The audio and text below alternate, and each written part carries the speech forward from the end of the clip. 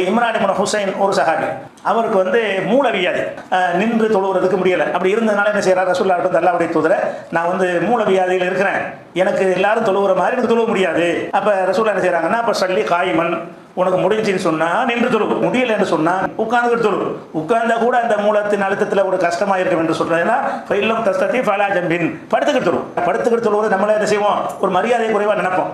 ஒரு பெரிய ஒரு ஆள் வந்தாருன்னு சொன்னா அவர் படுத்து கிடந்தாருன்னா, என்னடா தலைவர் வர்றாரு படுத்து கிடக்குற, அண்ணன் வர்றாரு படுத்து கிடக்குற, அஜர்த்து வர்றாரு படுத்து கிடக்குறேன்னு சொல்லுவோம். அப்ப படுத்து கிடத்தல் என்பது உலகமெல்லாம் எப்படி பார்க்குதுன்னு கேட்டா கொஞ்சம் மரியாதை குறைவாக பார்க்குது.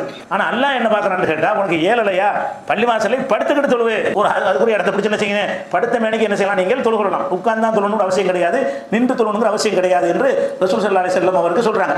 இது புகாரில் 1117வது ஹதீஸில் இருக்கிறது. இது மூலத்துக்கு மட்டும் உள்ளதில்லை. எதுக்கு உள்ளது, ஏழும் என்றால் செய்யலாம், ஏழல் என்று சொன்னா எந்த மாதிரி ஏழுமோ அந்த மாதிரி செஞ்சுக்கலாம். அவருக்கு எது ஏழுமோ அதை செய்யலாம்.